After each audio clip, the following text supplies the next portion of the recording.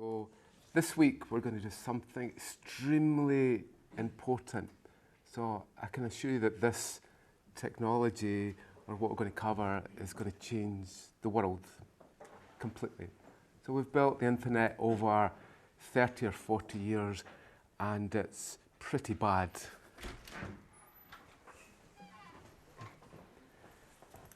We've used protocols which are really shambolic and just used to work in the days when you had a mainframe computer and a terminal. The protocols were developed on their own. Does anybody know what was the standard that built the internet? It wasn't a committee, it wasn't the IEEE and so on. Do you know what built the internet? Was it? DARPA? Yeah, they started it, but the protocols that build on it, ARPANET, but the protocols that run, all of the ones like Telnet and SMTP. No, not IEEE. If it had been IEEE, it would have taken a long time.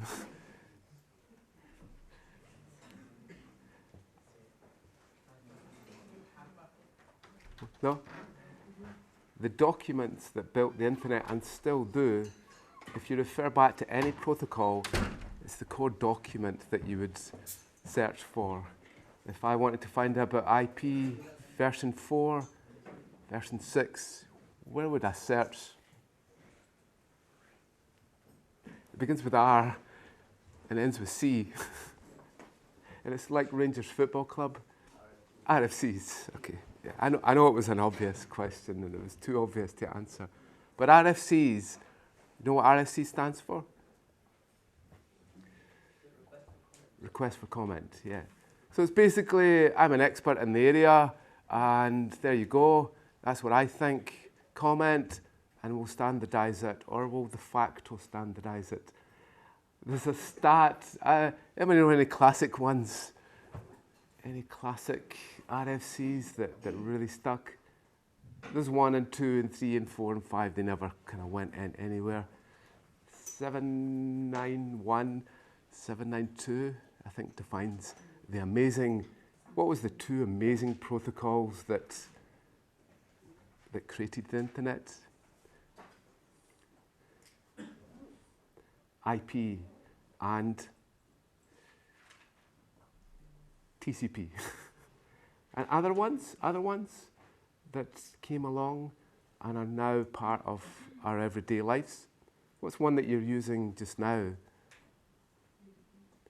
Was it? UDP is, yeah, you use lesser, but TCP mainly. But there's one higher level protocol. Was it? HTTP. It's so good that it only got to version 1.1 and it kind of stopped. But it's so useful because we now use it for RESTful web services. Most of what we do these days is a RESTful web service that we call rather than calling DLLs and so on. SMTP, Telnet, SSH, you name them, they came along. IMAP, POP wasn't any good till it got to version 3, and so on. So they stuck, and they took us away from companies who monopolized the area. Big countries and big companies defined the standards, and everybody had to go along with them. And it was, I forget how long it took, but if you search the RFCs, the word security doesn't appear in a title until a long way along the RFCs. I'll find that in the break. It took years and years before they even considered. Security at one time was to make sure that your coffee cup wouldn't spill over your keyboard. That was what security was. We had private networks. So really, we are flawed. And what we've built is completely 100% flawed. Not one email message, and even an email you get from me, can you trust. You can't say, even though it's got my email address, that it was from me. We all know that, you agree? So why aren't we signing? Why don't we have digital signatures on our emails? Why do we really put up with anyone in an admin role, say, is with email, reading your email. Anybody in Google, if you use Gmail, what's to stop someone from Google reading your email and changing it? So we need to start to build a world which is much more trustworthy. And end-to-end encryption gives you that. But that spooks a lot of people out, as we'll find out a little bit later. So what's been in the news this week for crypto? Any news items that you've picked up on at all? I've got a couple here. If you can't think of any. Make sure you subscribe to Bruce Snyer's blog or someone like that and keep up to date. Because the time to weaponization these days is measured in less than a day often. So if you don't pick up the latest threats, then your company could be really badly exposed. So the ones I saw, that's a timetable. Okay, so we're building up slowly. We went through symmetric key, hashing, and then this week, public key. So eventually we'll see how the whole thing fits together. Okay, it's quite a complex picture, but hopefully you can start to understand what is used, where, and why they're used, and what the weaknesses. Because as graduates, you need to be understanding not what's now, but what's coming along, and really migrate your systems. So next week we'll do Key Exchange, Diffie Hellman, and then we'll have guest lecture, and we'll have our trust. So units 1 to 5, 1, 2, 3, 4, 5 will form the basis of the first test. The first test is an open book test. It is theory, description, things like that. So eventually you might want to move away less from your practical things. It's really good to do the practical skills. The practical skills are there for you to pick up some of the theory in practice, but the questions in the test will be more theoretical, more descriptive. So I'll show you what type of narrative that you want from there. So have a look at some of the questions that I give in each unit. I know you've not got much time, but just maybe spend a couple of hours looking at a few questions that I've got, and we'll recap them all. I'll bring them all back again, and you can have dummy tests and so on, and you can practice from there. Any questions on where we are, where we're going, why we're doing it, and so on? Anything? No? I thought you were clearing your throat for a big question. Okay, so in the news, so the ones I saw was that Git, as we saw last week, I think it was, SHA-1 is history, and we need to move away, but it's causing some organizations a problem. So Git what has been using SHA-1, and it's not so easy to get rid of SHA-1 and move towards SHA-256 as they're actually finding. But I think the fun one for me, probably not fun for many people, is that the Philips Hue bridge, they have a bridge to control the light bulbs. So you connect the bridge to Ethernet, which is quite good, physical, and then that gets connected to your Wi-Fi access point, and then that connects to the Zigbee. Zigbee is a very secure Wi-Fi network. I'll demo some Bluetooth security and you'll see how bad the crypto is. So I did a demo this week, actually, with the Polar H10 heart rate monitor with a low-powered Bluetooth, and it cracks the encrypted packets in less than a second. It has 20 bits of entropy. So if you've studied entropy up to now, you'll know how low 20 bits of entropy. So the designers of Bluetooth systems and devices are often very weak. The protocol itself is also extremely weak. And there's been many occasions where we have man-in-the-middle attacks on Bluetooth, the key exchange. If someone creates a proxy in between, this isn't too difficult. then it's possible to fake or reset the exchange key from them. Okay, so that's one, and it was because of the encryption that they've actually used. If someone gets your long-term key, you're kind of stuffed. You can't keep it private for so long, and then that private key is the seed that then goes and generates all the other keys. If that one is gone, then you're in trouble. And we'll find that when we look at TLS 1.2 and the weaknesses in that and why we need to move to TLS 1.3, because a long-term hack of your private key or a hack of your private key can reveal every single encryption key that you've used in the past. Okay, but for today we're going to look at public key encryption. So we're very lucky to have Bruce here last year, and he gave a great talk about the vulnerabilities in IoT and so on. So I highly recommend that you read his books. And he talks a lot about trust these days. But it was these guys here who really created the first version of what's called a trapdoor function. Is it possible for us to create two keys so I can lock with this key, and the only key that can open up is the other key? So it's not like symmetric key encryption where we just have one key. Problem is to exchange the key. Now what I can do is I can create my private key. This is Bob's private key. And then I sign for things or encrypt them, and then anybody can have this if they want. It's not a big secret. So this is what's happening on the Bitcoin network all the time. You sign for a transaction with your private key, and everybody knows that you've signed the transaction because here's the public key that's associated with that private key. And then we'll come on to these horrible things. How do you actually transport the keys? Well, one of the weakest areas in the industry is the understanding of these guys here, the digital certificate. The digital certificate is a way for me to get my public key to you in a trusted way.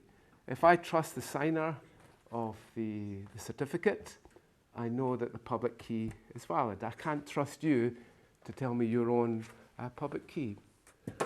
So we'll move on to that. But this was the first paper, and this defined RSA.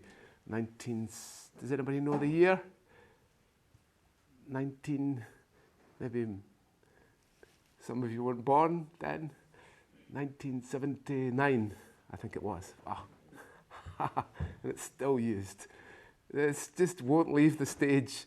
People have been kicking it off the stage for years, and it's still hanging on for grim death.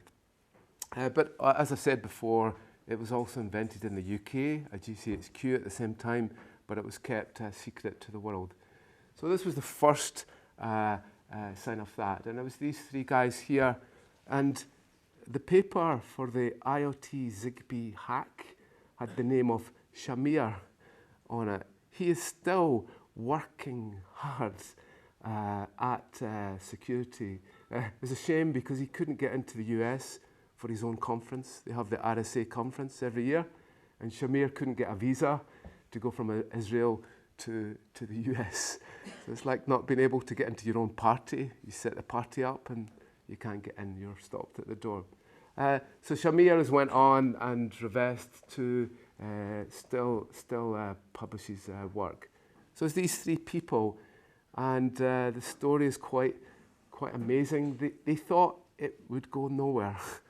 They thought, oh, this is really, it's quite simple, and it will have no impact at all. But as I'll show you later, that simplicity is almost its beauty. But there's a storm on the horizon, and you know what that storm is? It's going to take about a decade, and Google, was it? Yeah, so quantum computers will crush existing public key methods. So at the end of the module, you'll have the opportunity in your coursework, if you want, to look at post-quantum crypto, to maybe look. It's an evolving standard, and who knows what's going to end up. But we may see the end in the next decade or so of the methods that I'm going to outline today. So in that paper, it's so funny, the 232 digits were factorized. That equates to 738 bits. Okay, so a while back, somebody took two prime numbers and multiplied them together and said, there's a challenge. If you crack that, you get £10,000. They stopped the challenge because it started to cost money and it was wasting resources. So we've got up to 232. If you write a number with 232 digits on it, in November 2019, researchers found the two prime numbers that somebody had proposed. But look at what Revest and Shamir said. At that time, in 1979, when they did the calculations, they thought it was going to take 3.8 times 10 to the 9 years to crack that. Now we can do it within years and even down to months. And the challenge is now moving towards these ones. So the naughty step for RSA starts there.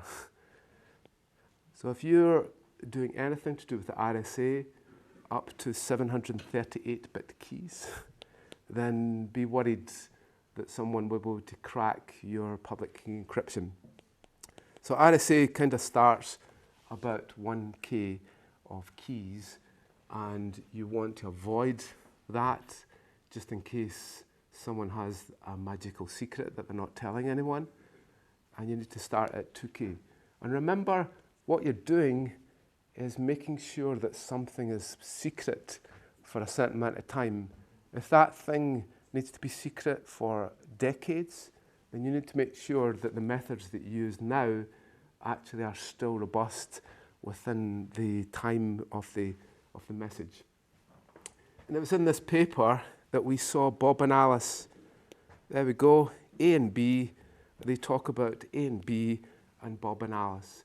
And it was Bruce that then took that on and then developed all the other characters that we know, such as Eve and Trent, and who else? You know another one? Was it? Dave, yeah, Dave. Dave is the cracker, I think. Dave is the cracker. Any other one? Malloy is one. Trent, Carol will come up. Carol will be up later. And so that's not quite Bob and Alice, but all of our stories really are based in and there.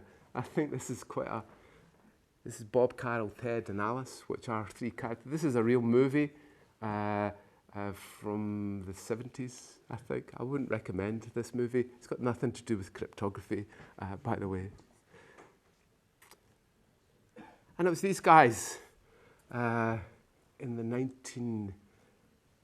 1980s that rattled the cage. And these are the cyberpunks and the cyberpunk revolution. And it was Timothy May who wrote this email in 92. And it was quite a stirring email. So who knows who Satoshi Nakamoto is? If you can find him, then you could probably release a whole lot of Bitcoin. So there's somebody there that started this, and some point towards Tim, as possibly one of the originators of this anarchy around cryptocurrency. So we'll come on to that later. But really the core of this is around public key encryption and its actual scope. And it was there that he proposed that this will create not only a technical revolution, but it will create both a social and an economic revolution. So for him, he said, why do we even need banks in between? Why is it not possible to transfer money from one person to another without having all this intermediate infrastructure? So there are many arguments either way, and especially around trust and who you trust to look after your money. But he said that the future will be built on public key encryption, on interactive proofs, and on zero-knowledge proof. And the systems of the future will really integrate all of these methods. And it's here that it will be possible to create tamper-proof boxes. It is now possible for us to have secrets that no one will ever find out what's in those boxes. And for the first time in human history, that's the case. We now have tools that allow us to have pure privacy in what we do. But obviously for law enforcement and for the protection of society, that causes a lot of problems. And end-to-end encryption is under great threat. So this week, or I think it was last week, the EARN Act was proposed in the US. Does anybody know what that is? So the EARN Act tries to remove the indemnity, the immunity of service providers with their content. So as we've seen in New Zealand, someone can go online with a camera and get involved in a shooting. And it took about 20 minutes or so for Facebook to take that video down, by which time it had been shared millions of times. And Facebook spent that day after trying to find all of the videos that had been shared on their platform and take them down. And the reason that probably the checking wasn't there was that there's immunity of the service providers. Twitter, YouTube, Facebook won't get penalised if there's bad content there. So the EARN Act tries to rebel against that by saying that providers will now be responsible for the content on their site. And that's probably the biggest clampdown ever. The other thing is that you now have end-to-end encryption. So Facebook with WhatsApp can't really tell what you're saying.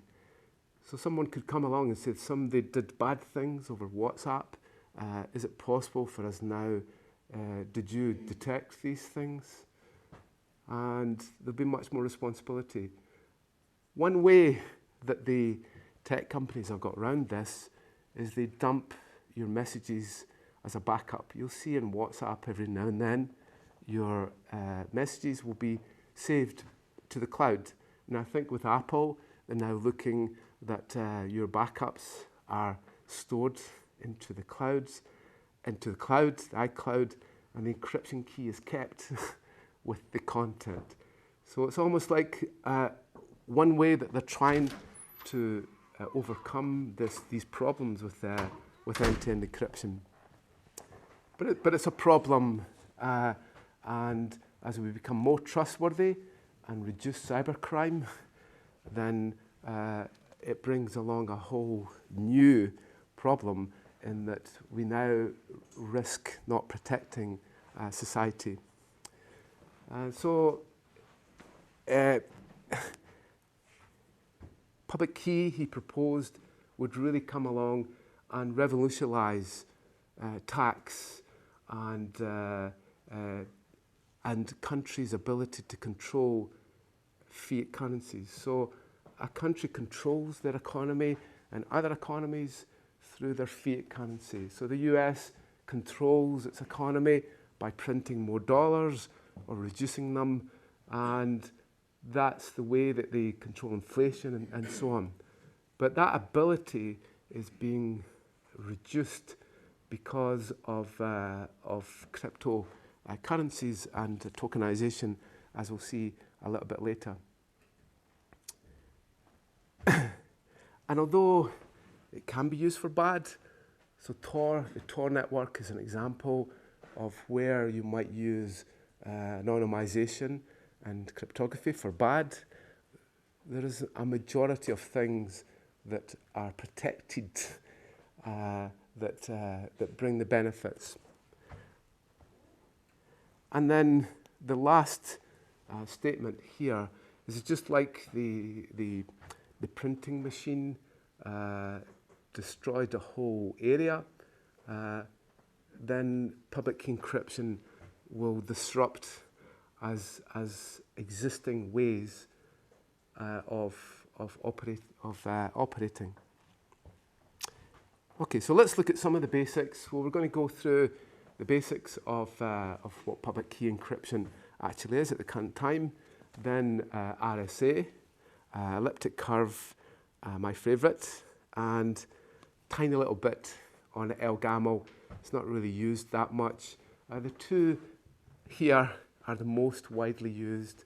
You'll be using RSA somewhere. If you use GitHub or so on, it's likely that you're using RSA for your keys to be able to connect to GitHub.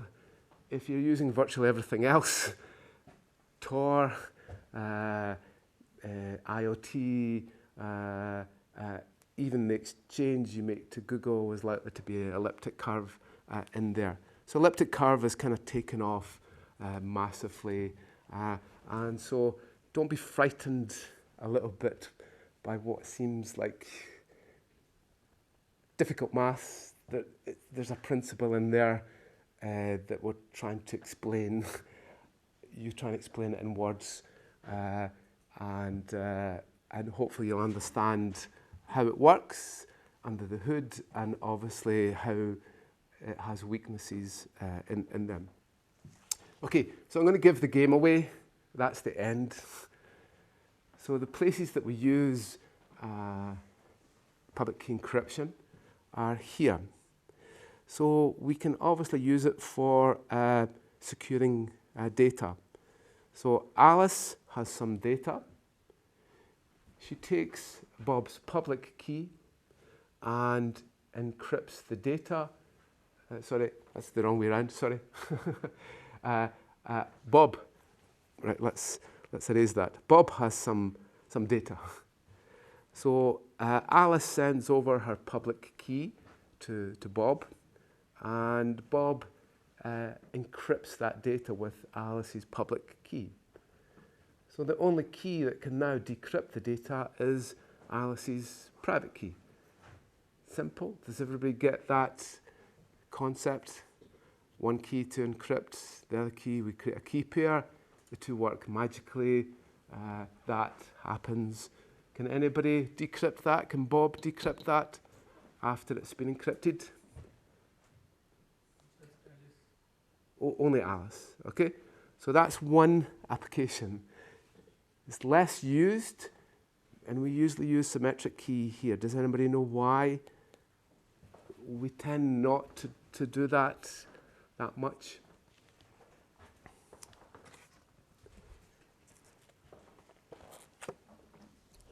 Well, it's performance. Symmetric key is highly optimized and fast.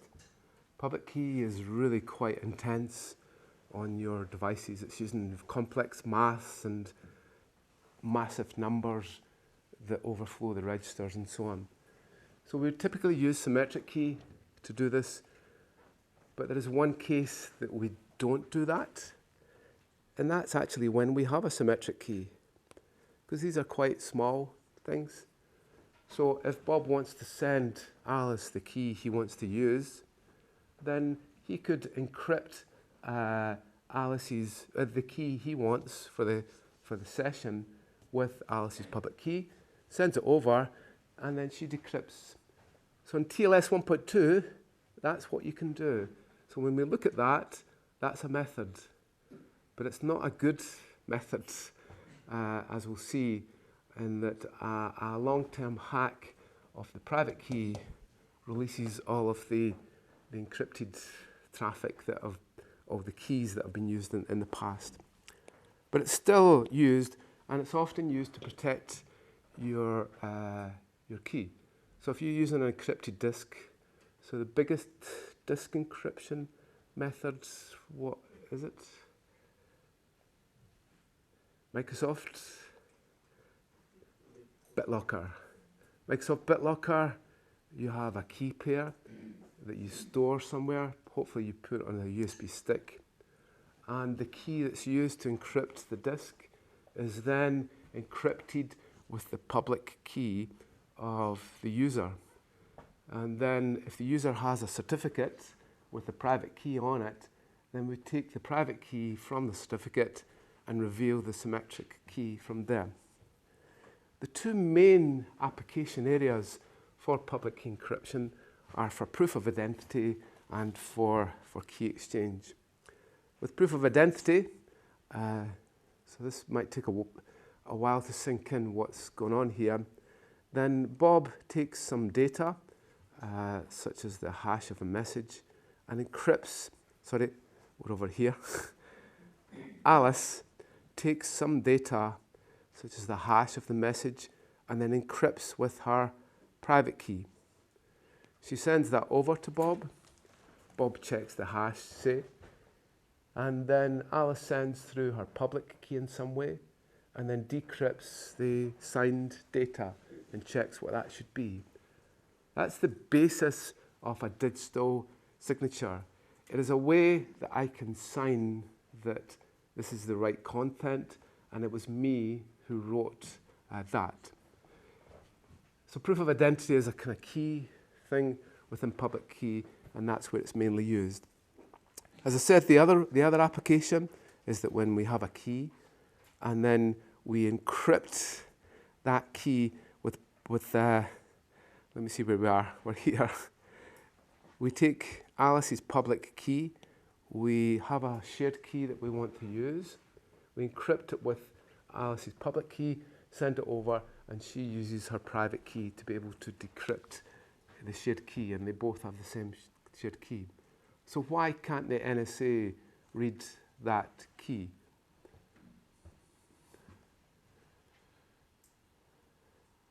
Or maybe they could, but why can't anyone, including Eve, not discover that key?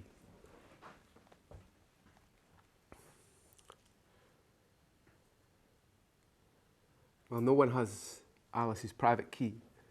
So as long as Alice keeps her key private, then everything's fine. The problem comes in is that when Alice loses her key, then she can't decrypt anything. So with Bitcoin, if you lose your private key, you've lost everything because you can't sign anything. So an intruder will often search for wallets on a site. So never keep your wallet on a site because it's possible for the wallet to be discovered. And then, as we've seen with Hashcat, it might not be too difficult to find the password on the wallet and reveal the private key. So the three main methods that we have to be able to create a trapdoor. So the trapdoor is easy for me, extremely difficult for somebody else to solve a puzzle. So if I have a secret and I know something, then I can solve the puzzle really easily.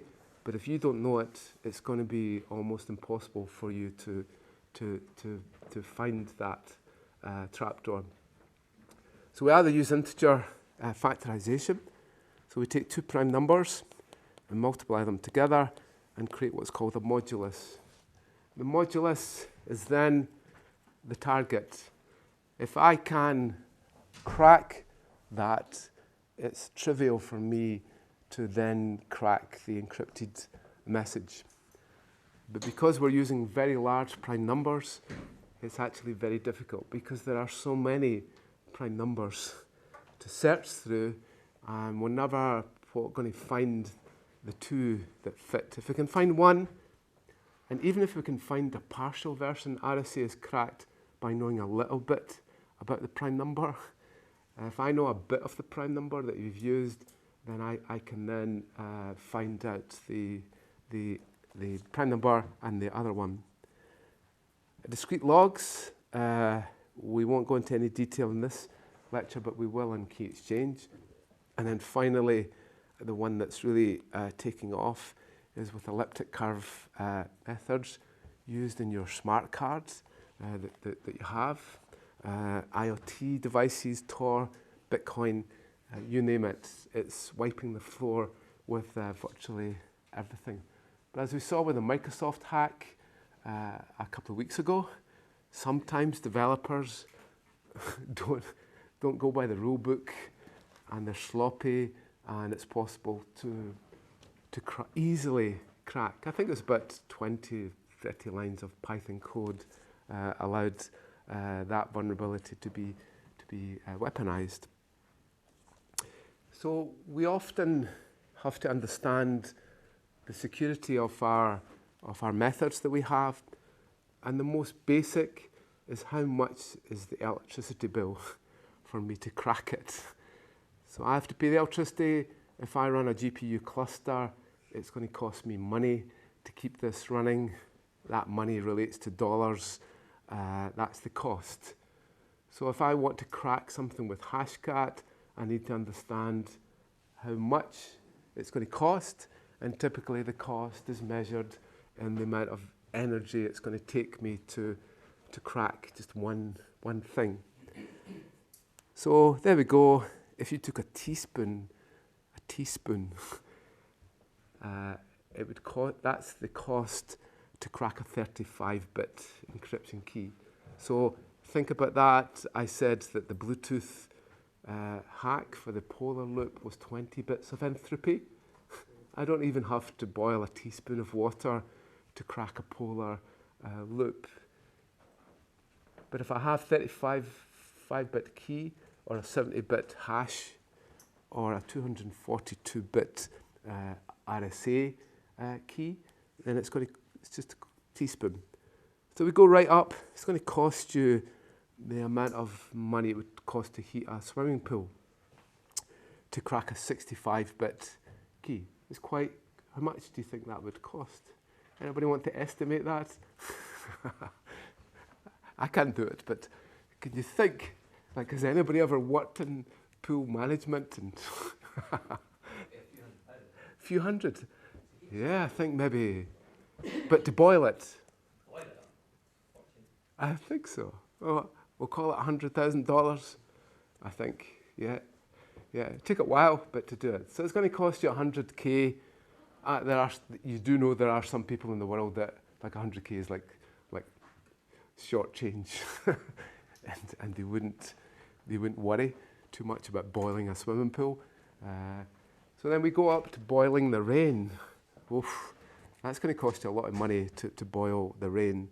So for an 80-bit encryption key, it's going to cost, if you took all the rain and put it into a big pot, big swimming pool, that's how much that would cost you. And then if you took Loch Lomond, say, and put heated elements in there, that's how much it would cost you to crack an 80-bit symmetric key, say for AES. So that's the reason why AES, we stop about 72, is that if we have 90, it's going to cost a lot of money to boil Loch Lomond, say, in there. And 180-bit hash and a 1400-bit RSA value, okay? So you've really got to have a lot of money to boil Loch Lomond, but if you've got it, then you could crack a 90-bit key. Probably there isn't enough energy in the world to be able to do that, but we'll see.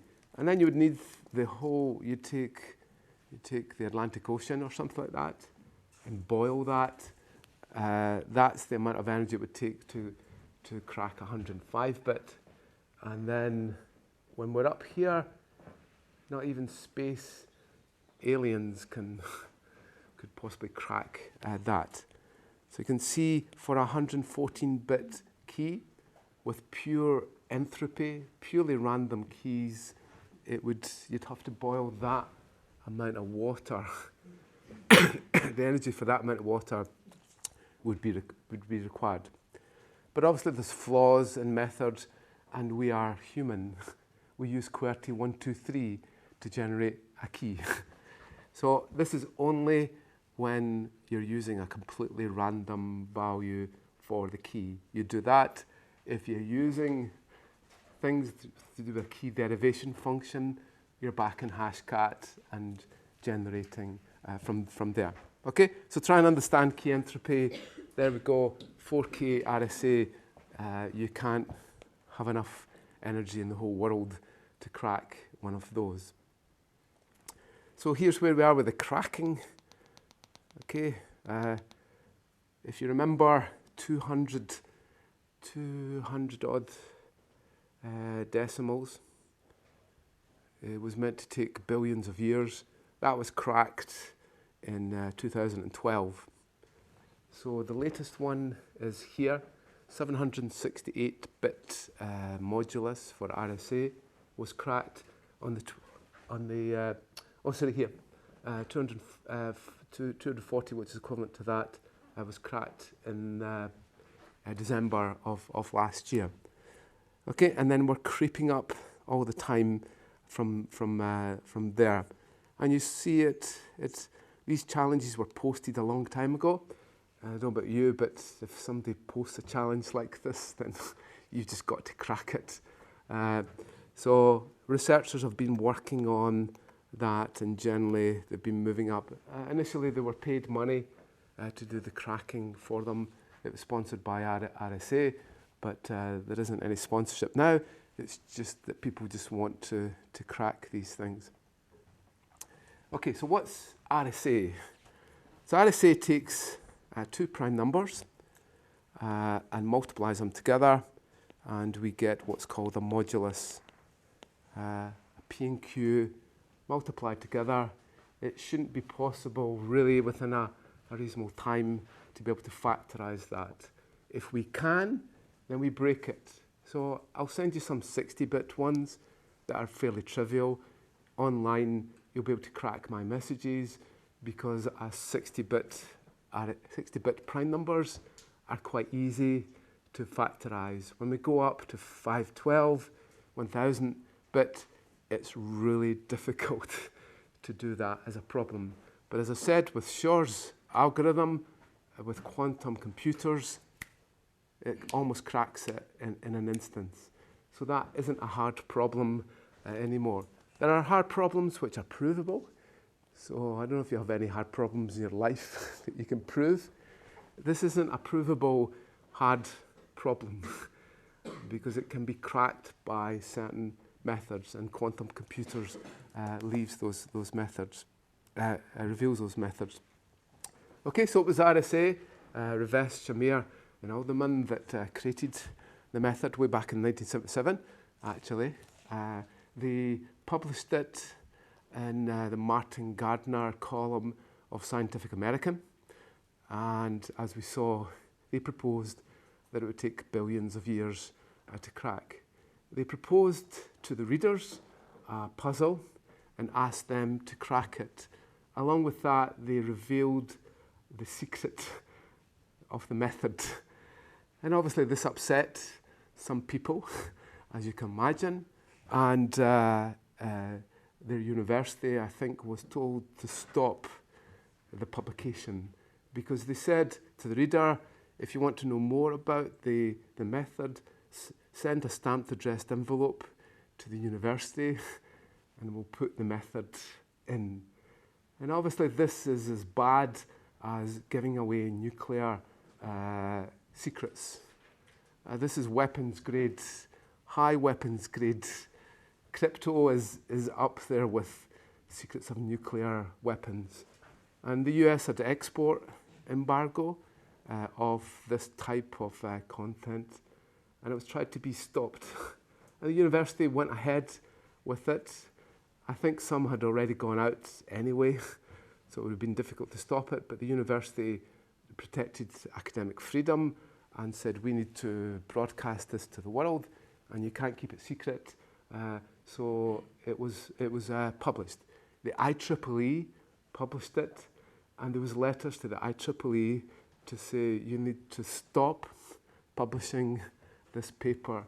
This is revealing secrets to our adversaries and so on. So it's always had a difficult birth and history. And there is always somewhere someone that says you shouldn't teach cryptography. I think in Australia, there was possible if someone went into a classroom and explained cryptography, they could go to jail. Luckily, it's never happened. But even posting something online to say this is how RSA works and so on, it could be giving secrets to people who are seen to be enemies. So if I'm not here next week, then you know where I am, okay? You come and visit me in prison, okay? So I had a kind of difficult birth, but it's a phenomenon. Right then, so you won't get this. So please sit down and go through this carefully, and you will get it, and then you'll lose it, and then you'll get it back again. Okay. The standard thing that I see from students, I don't get this, I don't get this. I get it. And then a few days later, oh yeah, I've lost it again. So please stick with this. This is wonderful and beautiful, and it's so simple and not that difficult, although it looks difficult on the surface, okay? So we basically take two prime numbers. Obviously, we're taking really small prime numbers in this case, P and Q. We then create what's called a modulus, okay? Remember the word modulus. That's the thing that you share to the world. You tell the world that you have N. And hopefully, it's not possible to determine P and Q from then, so you keep that as a secret. You then calculate a value, we'll call it phi, which is P minus 1 times Q minus 1. So I won't go into the detail of why this all works, but I'll just explain the basics that you would code in the method. In this case, if we use 3 and 11, it's 33 for that, and we end up with 10, 10 and 2, so that ends up as being 20. Okay, so the value of 5 is there. And all we have to do now is to pick a value of our encryption key E that doesn't share a factor with phi. The factors of 20 are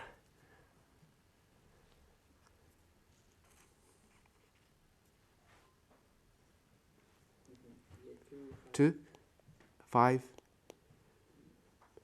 and also 4, and so on, yeah.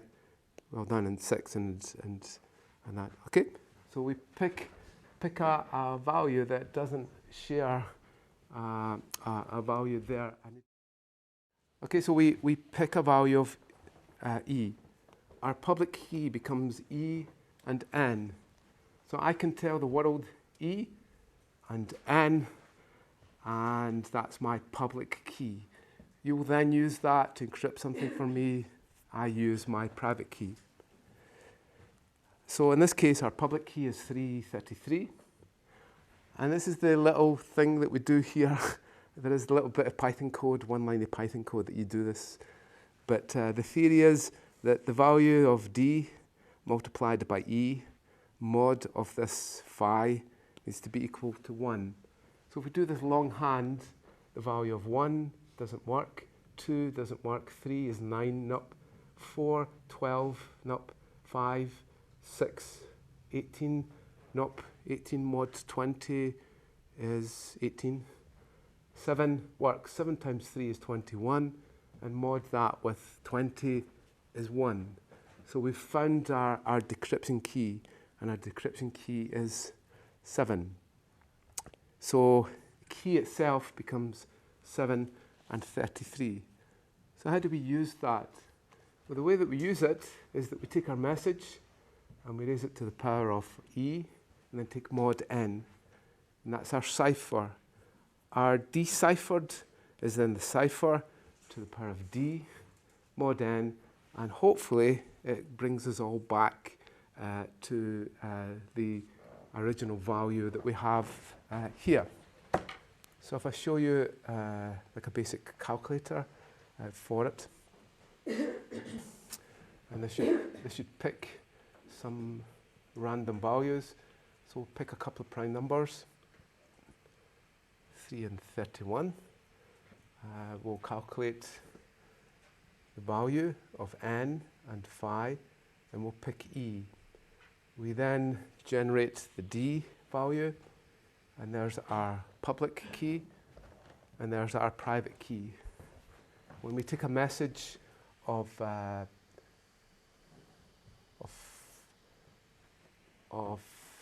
message here is our message here is 4 something. Oh no, we're going to generate a message. So we generate a message of 32, we encrypt, and then we decrypt. So in this way, we can actually recover back our value again. So if you've got time, I've got some very simple examples that you can actually look at and taking you through real life values. So what does our real keys look like? Well, they're obviously not little, tiny little numbers. The typical number that we have for E is 65,637. E is too small as a value of 3. The modulus that we have, this is the size here. And you see the decryption key that we end up with is quite a big value as opposed to that E value. So please stick with it and have a look, and you will get it eventually and see how it all works. We would never ask you to do really complex ones in there, just really maybe explain a very simple example. So that's a bit big there, so just let me see if I can make that less big on the screen. That's a little bit better. Okay, so how do we generate a key? So where do we go? Well, OpenSSL is obviously the place that we start with most of our work. So in this case, I generate a key pair, and this is the key pair being generated here. So it's a 1024-bit key pair that I want to create. And then when I list my key pair in text, it looks like that. Okay, that is N, that is E, 65537. This is D, and this is P, and this is Q.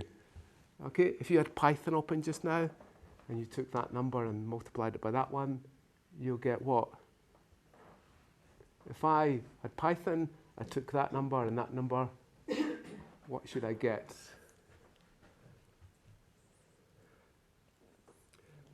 Was it? The modulus.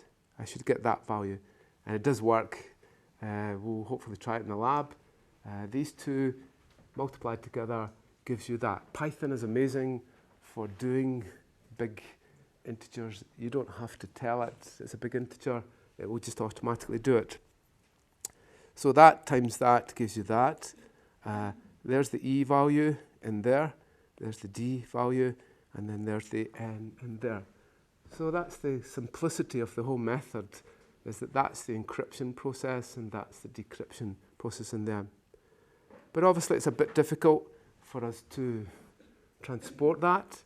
So if I wanted to send you my private key, so I have sent you my public key on Slack. If I wanted to send you my key, then I want it to look a bit like this. So this is a typical format for our keys, and it encapsulates it in a format that starts with begin private key and end private key. Everything in between there is my key, these values, and possibly also something. Yep. The M. Where are we? Message. Sorry, M is the message. So this must be like 5 when you're done. 5. 5 is just. It's all, everything is a number to it. We convert our data into a number, an integer. Yeah, and then we always operate on integers. Everything is an integer in this space. Everything is a positive integer. Everything is a whole just bunch of bytes from there. In Python, this is the mod operation that we have in there. Anyone else got a question?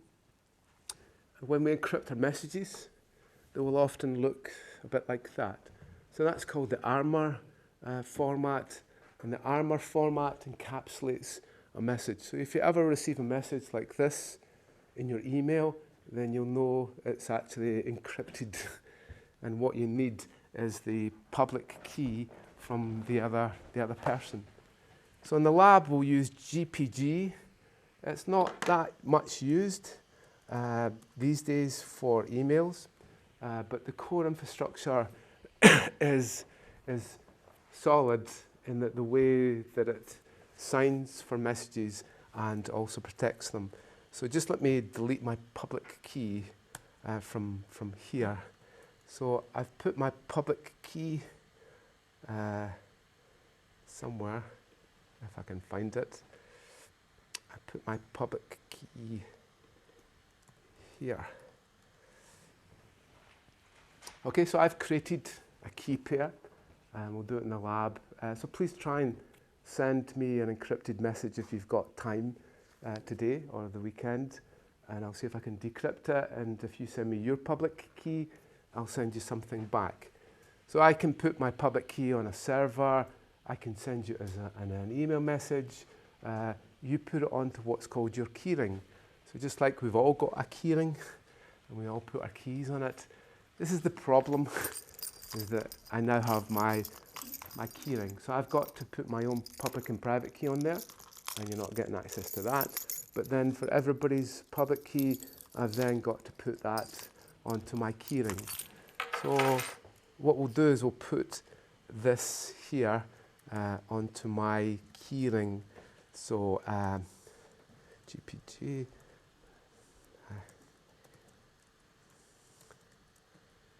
Sorry, list keys.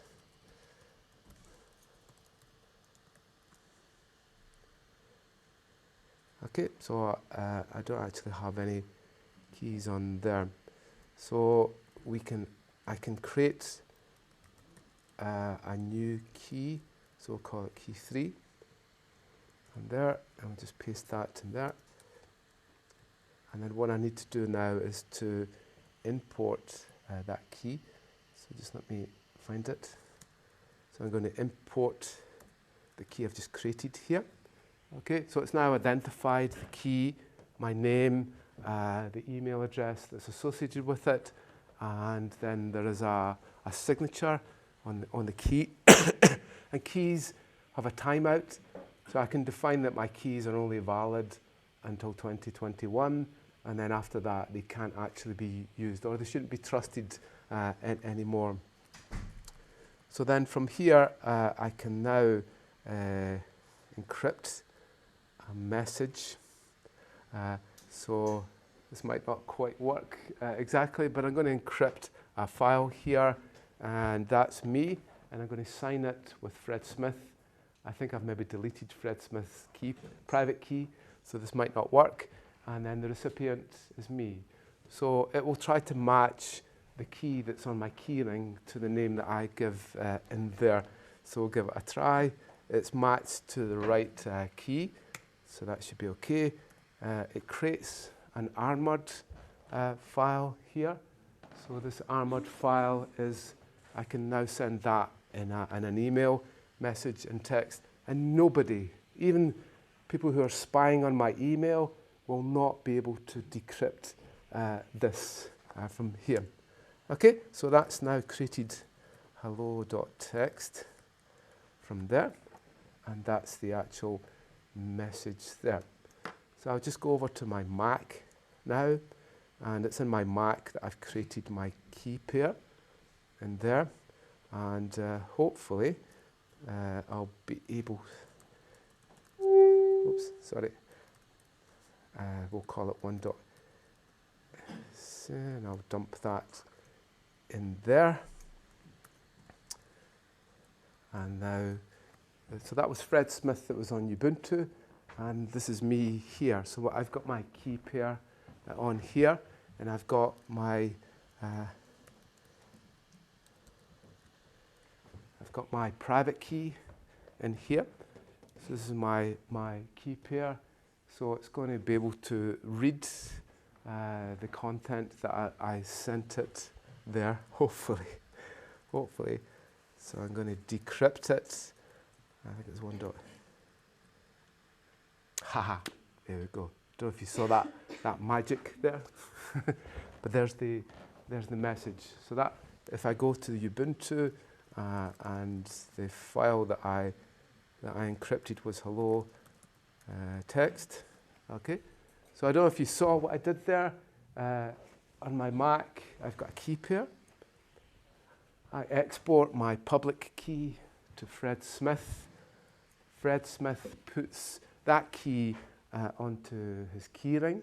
He then signs it for Fred Smith because he's got the key pair here, and then sends it to me. So only I can now read this encrypted message because only now I have the private key to be able to decrypt it and there. So the basic concept of the keys, we'll just have a break in a minute, is that basically I have my keyring, and that's the difficult part. I've seen some companies who create keyrings, so they will automatically detect if there's customer details in an email and will automatically encrypt the email as it actually goes. But for that, you've got to create a keyring, and then Bob collects all the public keys onto his keyring, but he also has his own private key there. So when he's sending a message, he signs it with his private key and then uses the public key of whoever is receiving. We obviously need to have a trust. So either you're going to trust my email message, hopefully, that I'll send you my key, okay?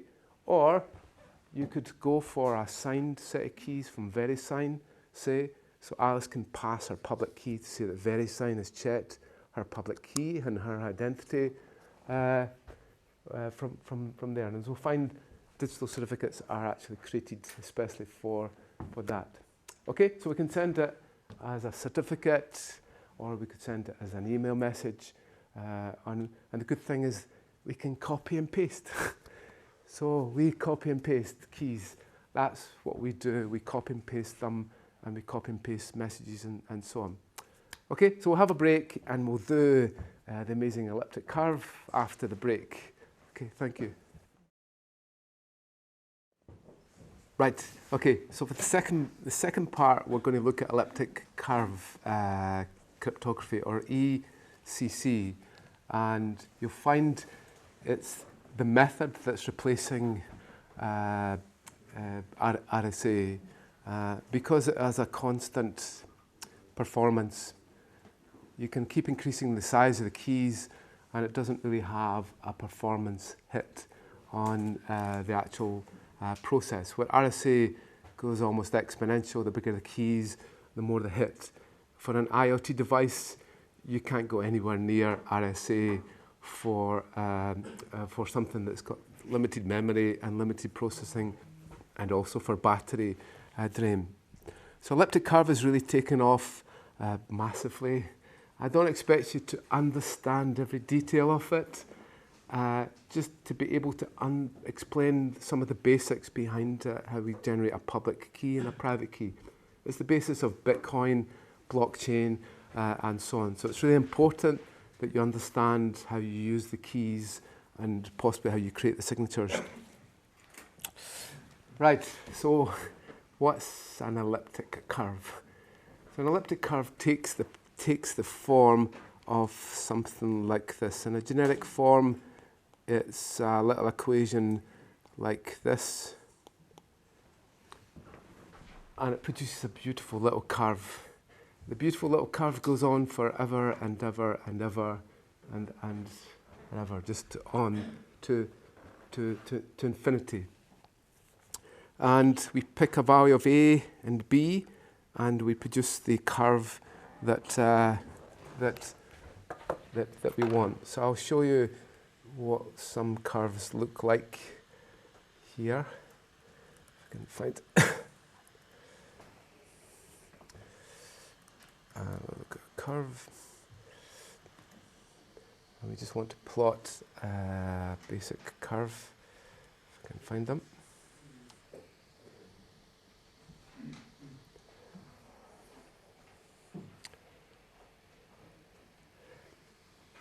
Plot there.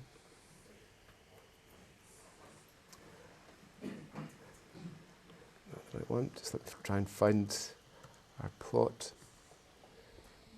There. This is plot. First 20 points. Hopefully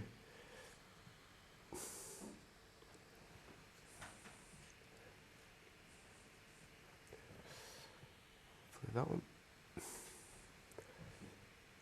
Okay, so we create a little curve like that. I can change some of the parameters, and it changes the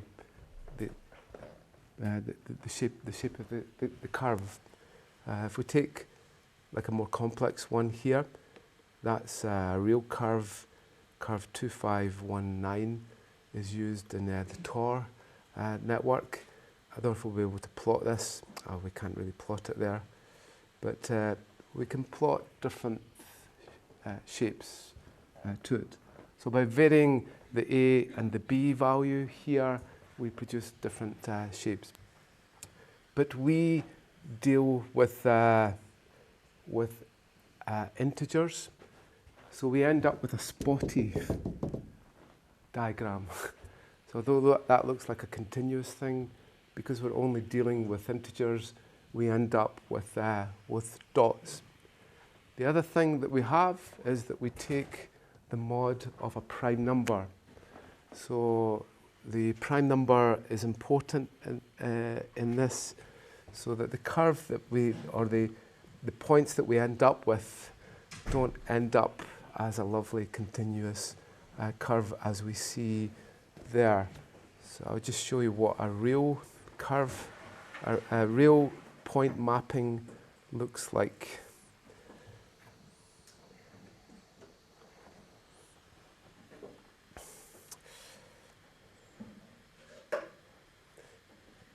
Okay, because of the prime number, we end up with a prime. We take the mod of a prime.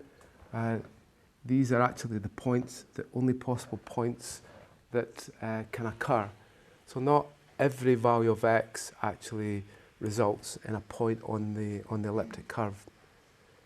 But the core of what the elliptic curve gives us is if we take one point in the elliptic curve and add it to another, we always get another point on the elliptic curve. So we can just keep going, and it will always produce another point. And this is the way that public key encryption actually works.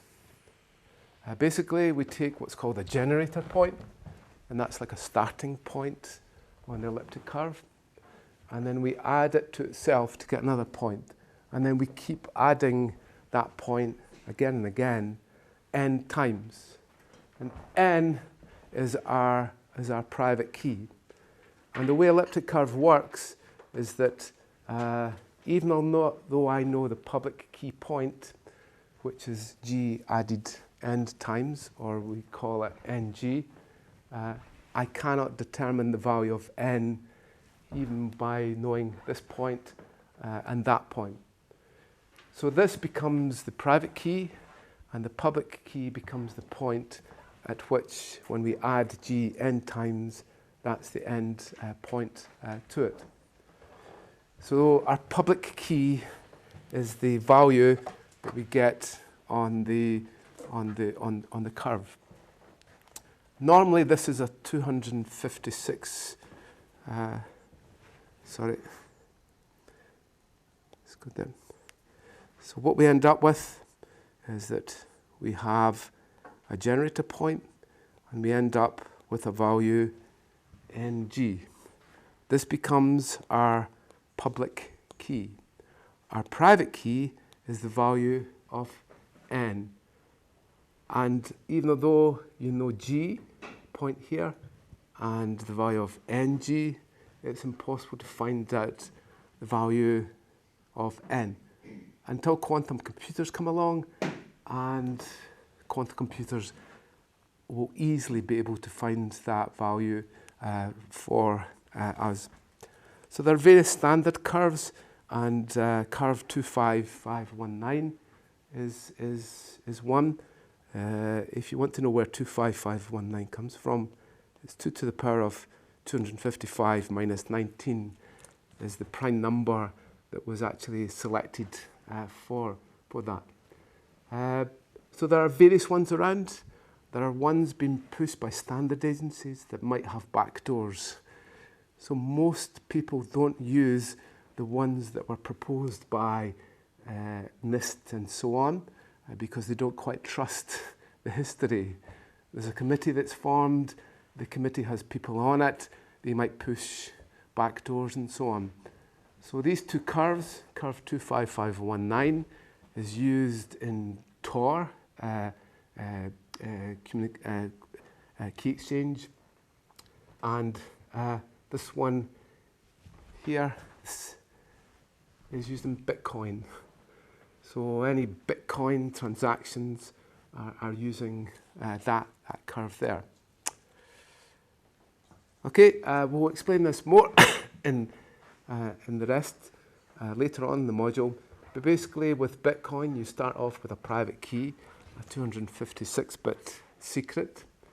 You generate the public key from that. The great thing with elliptic curve is that with a private key, you can easily generate the public key. You don't need these two prime numbers together. So you can start off here and then generate that. And then in Bitcoin, that's then pushed out as your Bitcoin ID.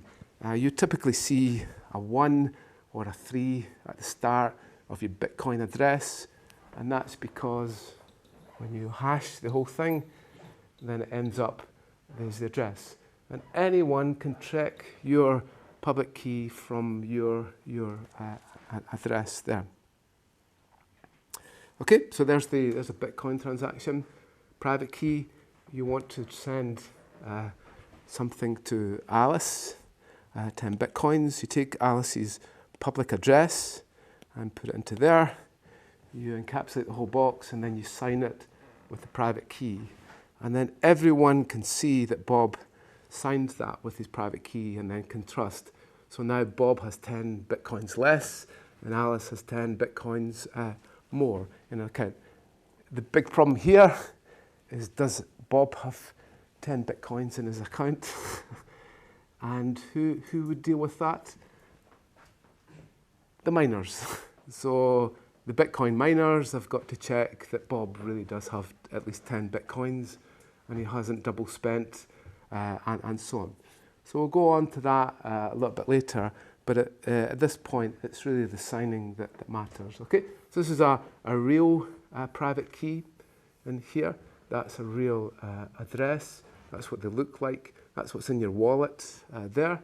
And then when we pay, we sign that with our private key, and instantly everybody knows that Bob is the one that's actually signed that transaction. Okay, so how do we generate our key pair?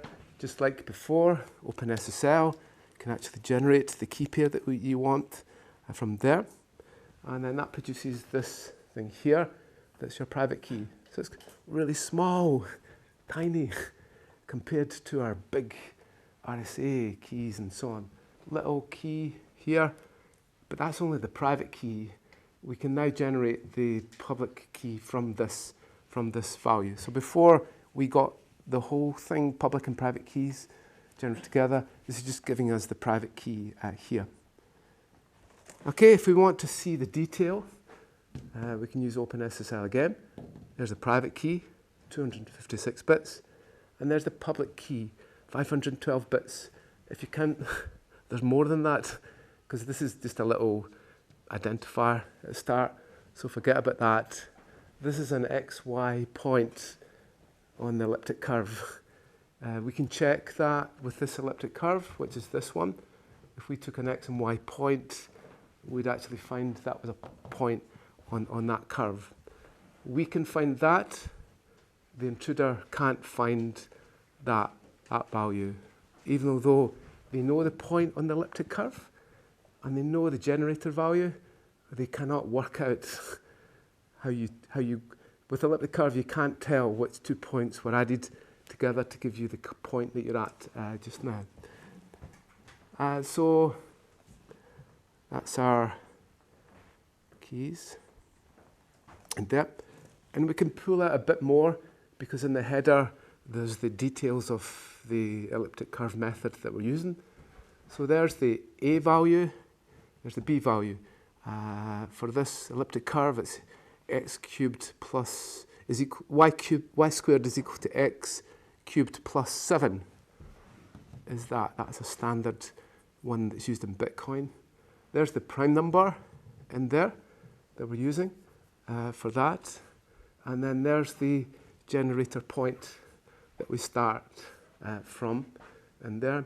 The order is another thing that you can use, and it defines the total number of points that are on the elliptic curve. You can ignore that one just now. Those are the 4 basic elements of your curve that you use. I'm not expecting you to understand this straight away. It will require a bit of studying before the test. Okay, please say if you want another video or anything, I can demonstrate these things. Try and explain it as best you can. You're not going to be perfect at it, but give it a try. Does anybody have any questions on elliptic curve? We've done a lot, haven't we? Okay, it's used in the Tor network. So if you ever know Tor, each node, there's a Tor entry node, and there's a Tor exit node, and then in between you're using routing elements that are ad hoc, that want to be part of it. The way it works is with an onion. So each one generates a key, a symmetric key, symmetric, remember, AES, and the colors are there. So we gather these keys back, and then when Bob sends, he uses the red key, encrypts, then the green key, and then the purple key. When we get to the first node, the purple node takes that key off, and then we end up here. And then when we go past the green takes its encryption off, and we end up here. Once it's out here, it's unencrypted. So what would we use to be able to protect our data at the exit node, do you think?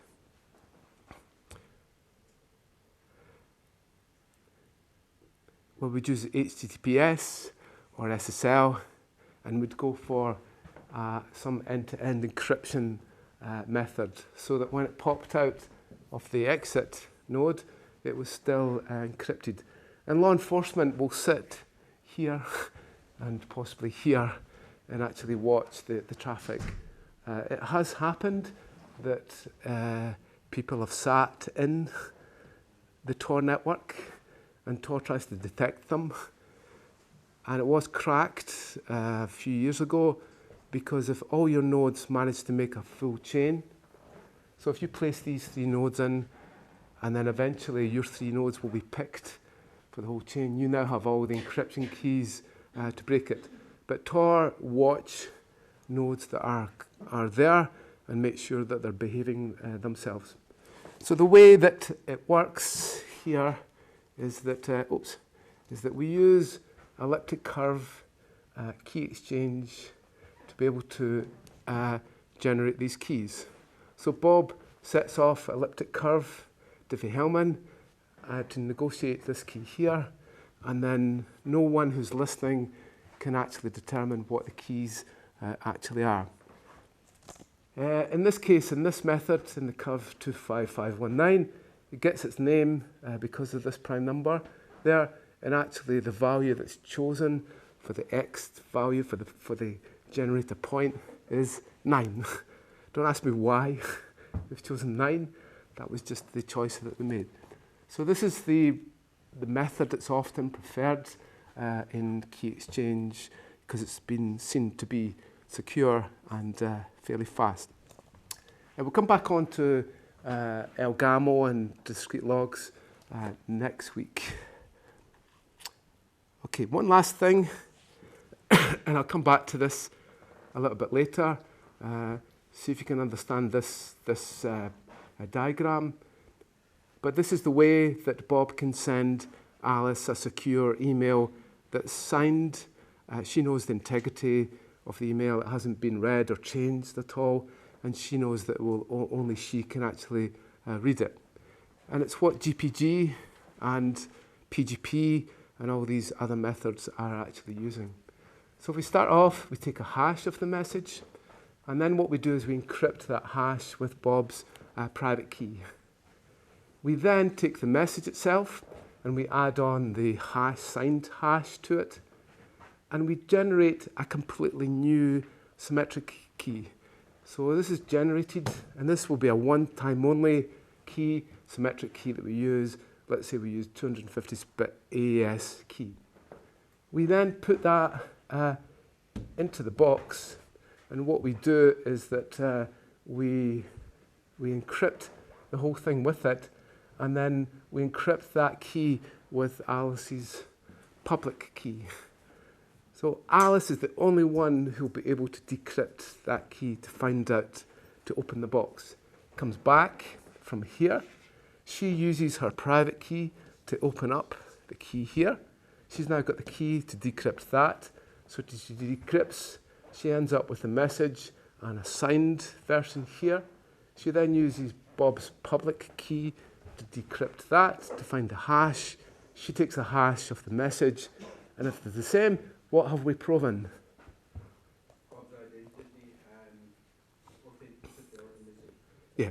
So Bob's identity has been proven, the integrity of the message has been proven, so we know that nobody has changed it in there. So that's the way that it works. We've covered a lot of content. Needs a bit of studying, and I'll get you set up. There'll be one question in the test on these types of methods, and I'll give you the heads up on what I would ask from there. So please ask questions. We're on Slack if you're unsure about any of the methods in there. Does anybody have any questions at all? No? Good. Okay. So what we'll do is we'll have our test.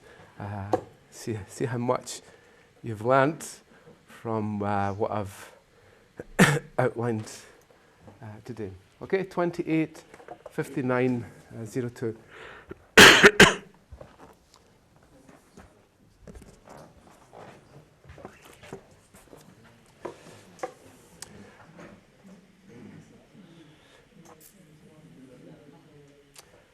Is it connecting? Is it not connecting? Oh, that's it. Good.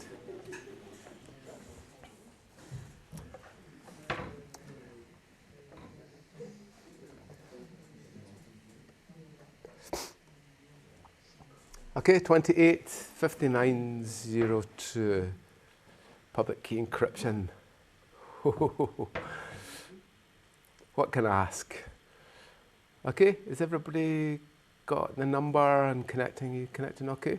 You okay? Yeah. Yeah, yeah, you're all there? All there, keep going. Right, you're all connected? Right, here we go. Let's see who can win this week. Okay, so get yourself a pseudonym.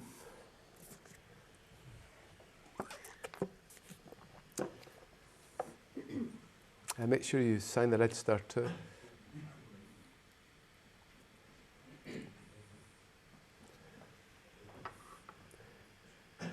Okay, we ready to go?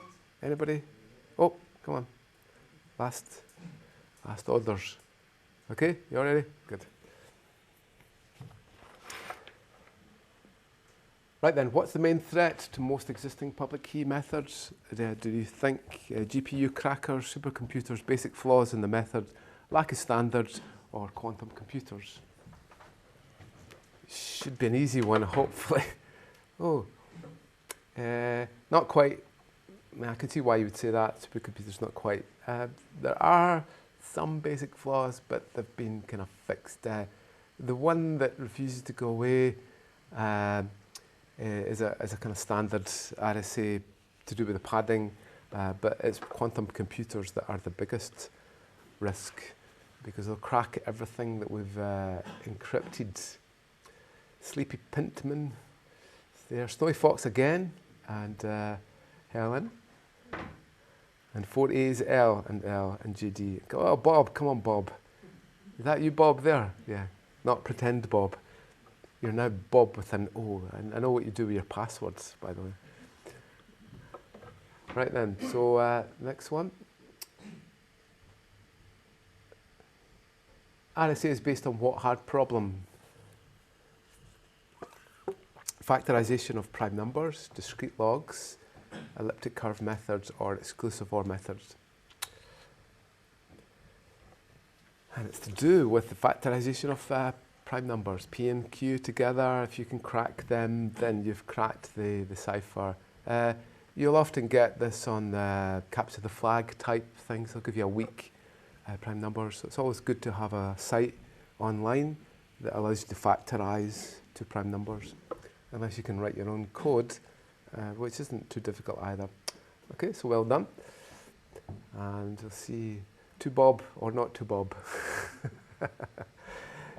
Snore, that's good. Snore is the stick. Snore is, I didn't cover this one, but this is the most amazing. This allows you to aggregate signatures. Quite clever. Okay, Bob is doing well this time. Is that you, fourth? Yeah. Just keep in there, Bob. Come on, we want Bob to win. Or to Bob, not Bob. One of the two. Okay, so the next one. Who created the Diffie-Hellman method? Okay, I know we didn't quite cover that in this lecture. Diffie, Whitfield, Ron, Hellman, Whitfield, Diffie, Addy, Diffie, or Hellman Revest. It's kind of knowledge one. Ho! It was Whitfield Diffie. Yeah, that's a great name. And a name like that. Okay, so we'll see how we got on there. How did Bob get on? Not so well that time. No. Oh dear, it still looks like Snowy Fox again. The Snowy Fox. And L. Who's L? L there. And GD. GD, good. And Jammin, good. And Helen H. Helen, well done, Helen. And Bob. Come on, Bob, for goodness sake. Sleepy Pintman. Okay, so the next one. So you get on. Which is not a public key encryption method. RSA, elliptic curve, LGAMO, or AES. Which is not a public key encryption method. And the answer is AES, which is a symmetric key encryption method. RSA, elliptic curve, and LGAMO are all public key methods. So let's see how Bob got on there. Oh, Bob was way ahead there. That was fantastic. Snore is coming up well there. And Bob is back in 5th place again. Or who's to Bob or not to Bob? Well done. And Helen, what happened in that one? Sorry about that. And Snowy Fox and L, it's very close at the top. So we've got three people very close. Which is currently a typical encryption size for RSA. 128 bits, 256, 512, 1K, 2K, or 4K. Bit of debate about this one. I'd probably give you one or the other. And the answer is 2K bits. Okay, remember, it's really big. Okay, elliptic curve, little dinky little keys. RSA. I think I'll put this in the test. Yeah. Who said 256? The majority of you. Well, most of you. I would have taken 4K because there are 4K. When I generate my GPG, my key on my Mac, it's a 4K key that they use now. And some certificates are 4K, but most certificates around are 2K keys. And not 128 bits, that's for sure, okay? Did you see that slide that I showed you on the cracking? Yeah, that, like, decades ago, that was cracked. Okay, so we'll see how did you get on, Bob, with that one? Oh, you got that one wrong. What did you put? 1K. Oh, that was so close.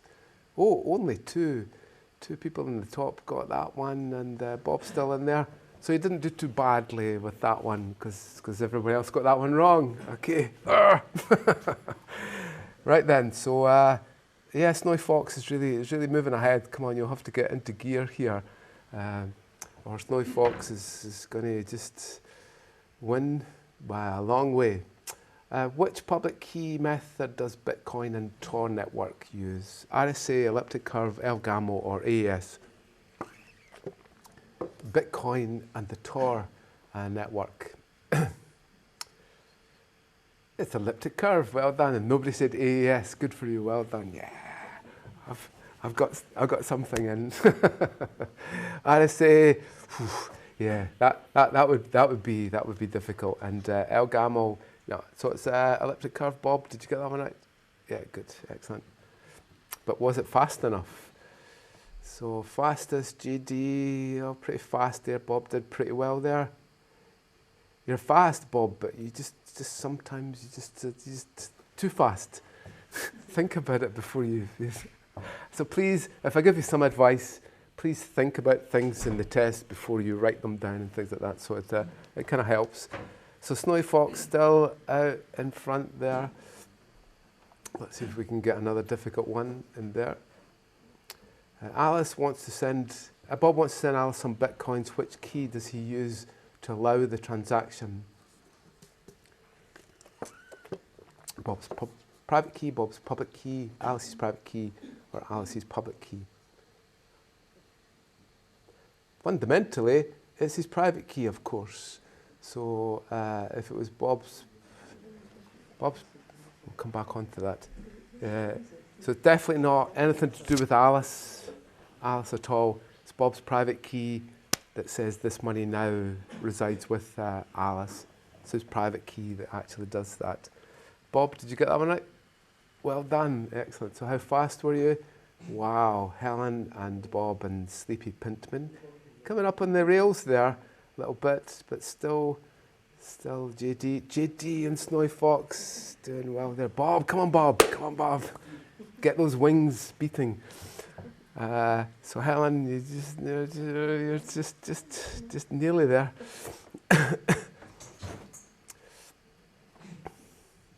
Okay. Bob has sent Alice some bitcoins. Which key does Alice use to prove that she has had the bitcoins transferred? Bob's private key, Bob's public key, Alice's private key, or Alice's public key? Well done. Bob's public key will prove that he did put that there. Snore, who's in the room, actually is used to do that. It's a magic little signature that allows that to happen quickly. So well done. Did you get that one, Bob? Yeah, oh, good. So how fast was it? Oh, pretty fast. Oh, you're just a wee bit slower there. So as the top three are really stretching their legs here. Snore is doing okay in there. And error. Oh dear. And this one. Oh no, it's going to melt your brains.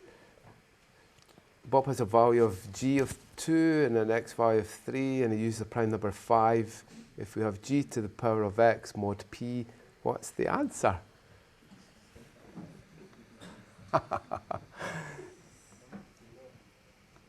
Oof, it's all over the place. Oh, well done. What a 7, well done. Does anybody want to tell me how they got that? 7. That doesn't look right.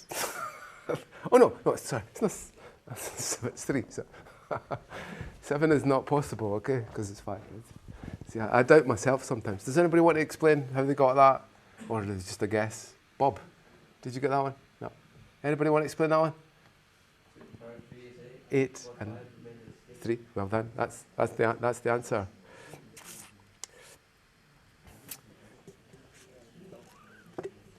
Just because we're in the home of John Napier, so I had to put that question in. I think this might be the last one, actually. You'll be happy to know that. And it's, what's happening? Go. Do something. I think that's the end. You know, it was meant to be confetti and stuff like that. Snowy Fox is Was it Snowy Fox again? There, well done. So Snowy Fox. Is that showing the overall, is that just showing for that question? Or where's the, oh, there's, too early. See, count your chickens before they hatch.